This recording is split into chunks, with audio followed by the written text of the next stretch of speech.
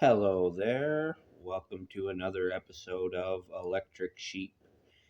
This will be the continuation of Grok, Son of Maul, Warriors Out of Time. The sequel is simply called Warriors Out of Time. I hope you enjoy, so here we go. Warriors Out of Time. The morning sun rose over Tokyo, casting long golden streaks through the quiet streets. Within the ancient temple, the warriors of time stirred from their slumber, roused not by the sound of battle, but by the laughter of children. Outside the temple's entrance, a group of local children played in the courtyard, their voices echoing off the stone walls. Some mimicked sword fights with sticks, their movements exaggerated as they imagined themselves as samurai or ancient heroes. Others simply giggled and ran about, blissfully unaware that history itself was watching them. Grok, son of Mul, opened his eyes. The great elder champion sat against a wooden pillar, his immense form still as a boulder. His warriors, his descendants, began to rise, stretching, adjusting their kimonos, and gripping their weapons out of habit. At the temple gates, uniformed police officers stood watch. They had been instructed not to allow outsiders inside until the warriors had woken. The Japanese government, having been gifted rare resources and advanced technology when the Gorshet first made contact, had eagerly welcomed these warriors of history. But the alien was firm in his demands. His collection of Earth's greatest fighters was not to be caged or controlled.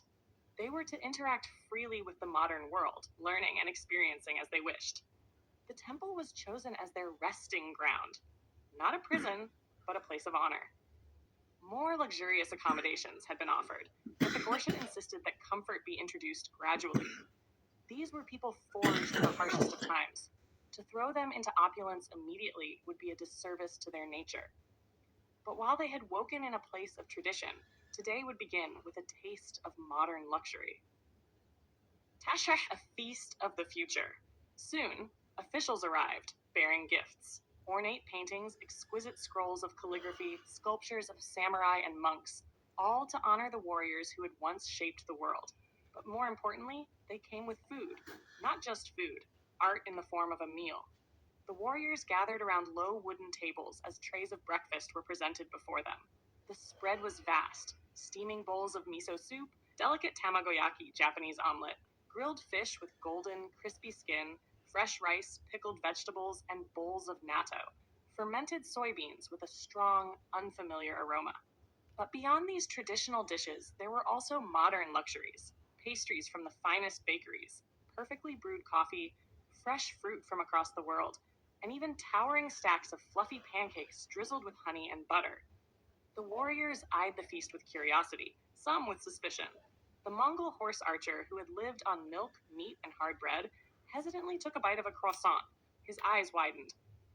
This is bread?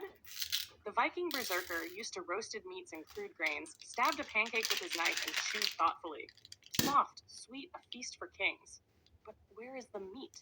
A Spartan warrior scoffed at the bowls of natto, leaning in and sniffing before recoiling.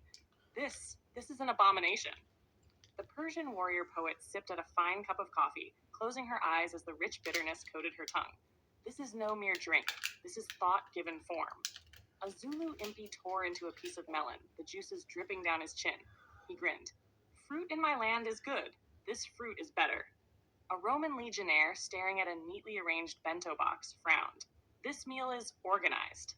A soldier's meal, prepared with the precision of a strategist.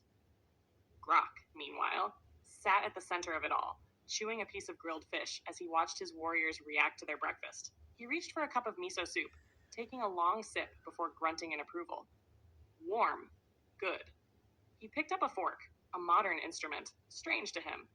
He studied it for a moment before spearing a piece of pancake and eating it whole. He chewed, then nodded. Soft. Strange. But it fills the belly. His gaze then fell on the towering dish of natto. He reached out, scooping some with his fingers, ignoring the sticky strings that clung to his hand. He popped it into his mouth and chewed slowly. The temple fell silent. The warriors watched. Grok swallowed. He let out a long breath. He picked up his cup of tea and drank. Then he nodded. It is strong food, he said at last. Not good, not bad, but strong. The warriors exchanged glances, some intrigued, some wary. A few hesitantly reached for the natto, though their expressions quickly soured. The feast continued, laughter and discussion filling the temple halls. The warriors spoke of the differences between their times and this new world, debating over the merits of modern food. But as they ate, another group arrived.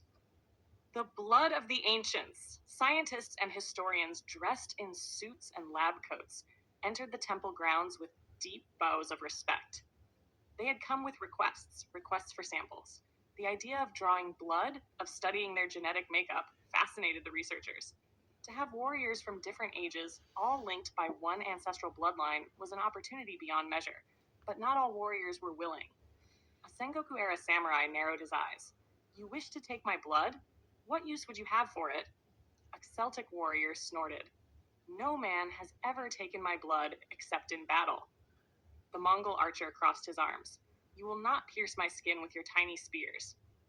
A few, however, were more open. The Persian warrior poet extended her arm, watching with fascination as a needle drew her blood. In my time, men studied the stars to understand our place in the world. If this helps you understand us, I will allow it. A Chinese general from the Han Dynasty stroked his beard. If knowledge is the goal, then take what you need. A warrior fears neither blade nor needle. But Grok simply shook his head. No, he said. You have my blood. You have all of their blood. You do not need more. And with that, the matter was settled. A new day begins. As the morning sun climbed higher, the temple buzzed with energy. Warriors explored the grounds, testing wooden practice weapons, discussing their thoughts on modern food, and watching as children continued to play outside.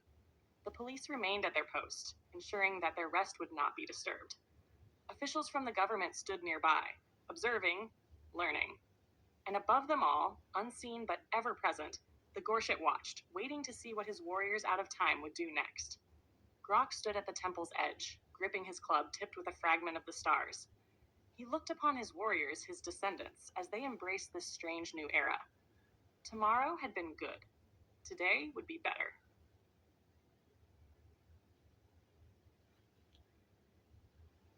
Alrighty.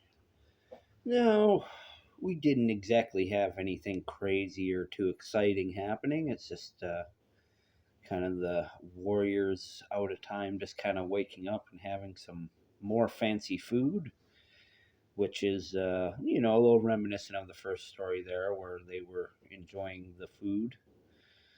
And maybe that's just something that I like to show is ancient warriors enjoying modern food.